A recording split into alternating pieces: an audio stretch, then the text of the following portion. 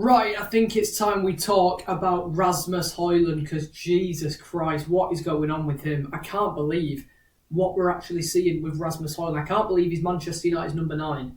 Let me just say that. I can't believe he is the focal point of this Man United team. But what is it down to? It can't just be down to him being a bad footballer because we know deep down he's not that.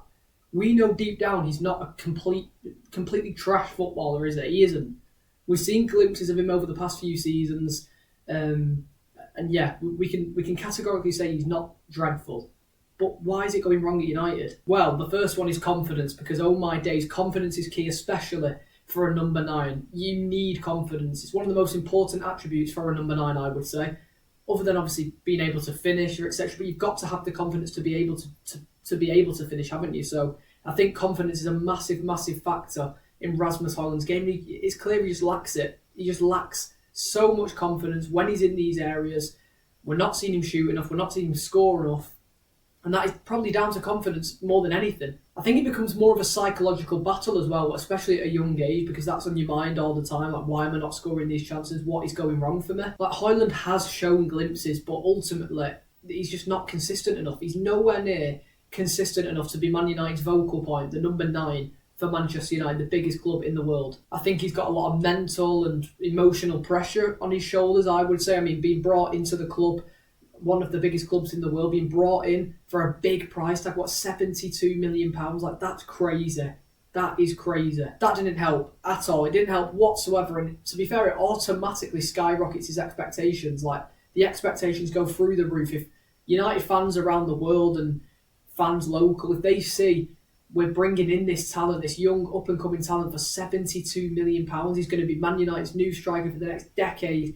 Imagine the pressure he's feeling on his shoulders. Imagine, it's just skyrocketing, isn't it? It's going straight to the top. That kind of pressure, especially in like a turbulent environment, like it's going to halt a player's growth, and it's clear to see it's doing that with Rasmus Hojlund. We need to interrupt very quickly. I'm sorry to do it, but we need to talk about Best ZV yet again, because they've sent me 2 more shirts to review like they always do, and these 2 are absolute gems. Starting off with this one. Now, you know me, Werder Bremen. I'm a Werder Bremen man. It's my German team. I follow them.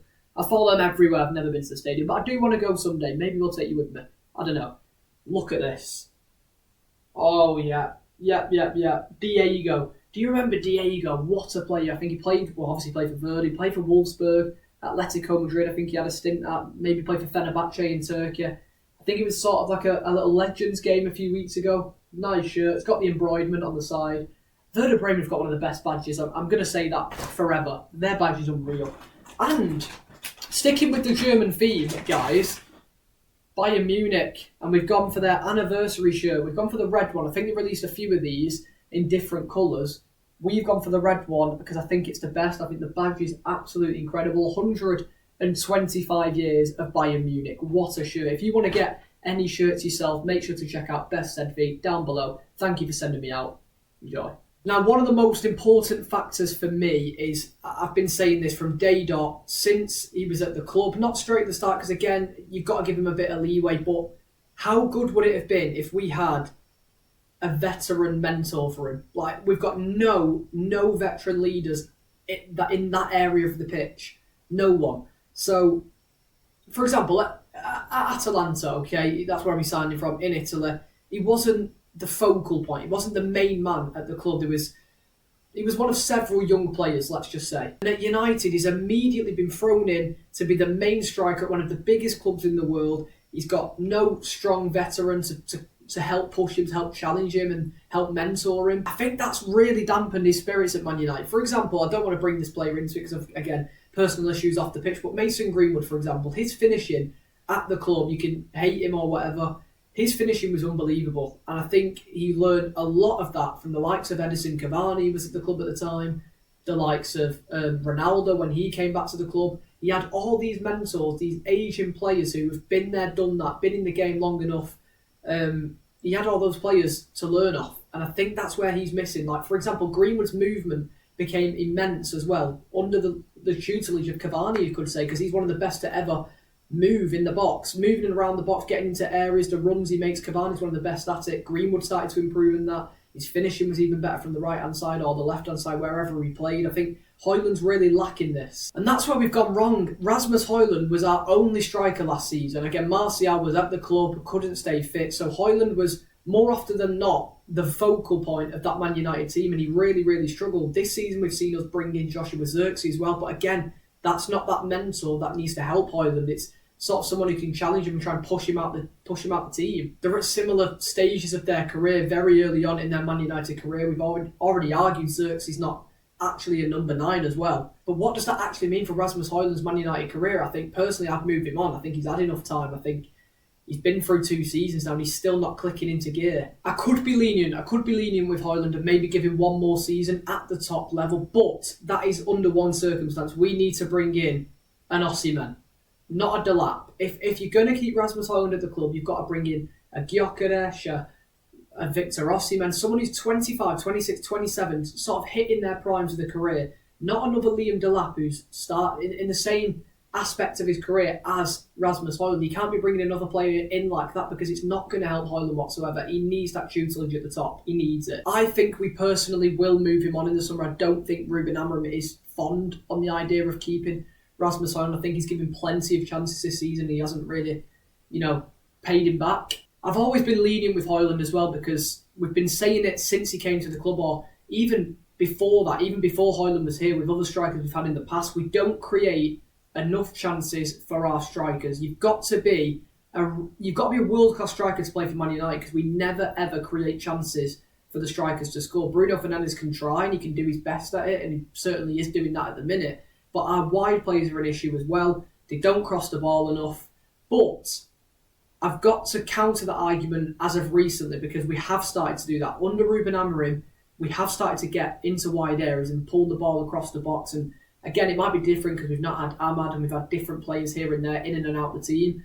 But we have started to cross that ball, and we've always crossed it into a really good area. I mean, if you take the Wolves game into account, Harry Hamas and Dorgu put 3 or 4 good balls into that box. Rasmus Hojlund was nowhere to be seen. I think there was another one on the left side. I think it might be Garnacho who pulled it across. And again, Hojlund was so close to getting there, but the run wasn't the best. I mean, if you put a Cavani in that situation, I think he scores that.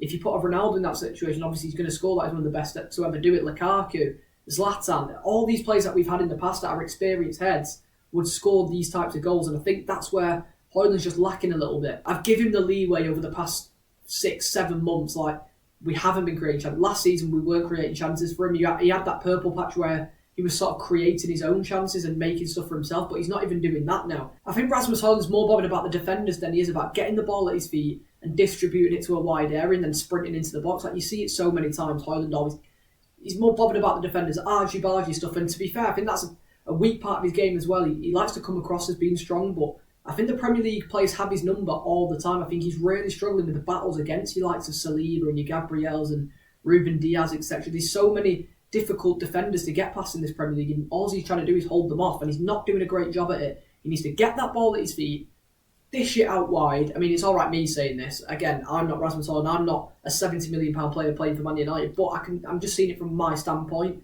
Get the ball out wide, and as soon as you get that ball out wide, sprint into the box. Then make your mind up. Do you run to the front post? Do you run to the back post? Do you hold your position? Do you pull back a little bit, waiting for the cutback?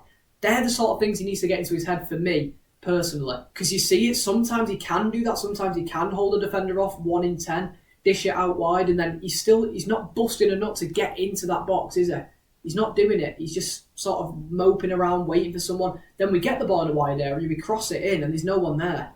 Or we don't cross it in because there's no one there. That's the issue we have. So I think he needs a bit of tutelage. I do think he needs an experienced head. So if we do sign, for example, a Liam Delap in the summer, who's probably the leading candidate to become the new Man United striker, I think that means Rasmus Hojlund's got to go. The only reason Hojlund can stay is if we get an Osimhen or a Gyökeres, someone like that who's been at the top level for 1 or 2 seasons. Osimhen's been there for 3 seasons. Gyökeres is on fire at the minute at Sporting, and obviously will suit the Amorim system as well. These 2 players can finish all sorts of chances, and we need to see that from Hojlund, but he's only going to do that if one of these players come in to help it. Anyway, that's my thoughts on the Rasmus Hojlund situation. Let me know your thoughts down below, and I'll see you next time.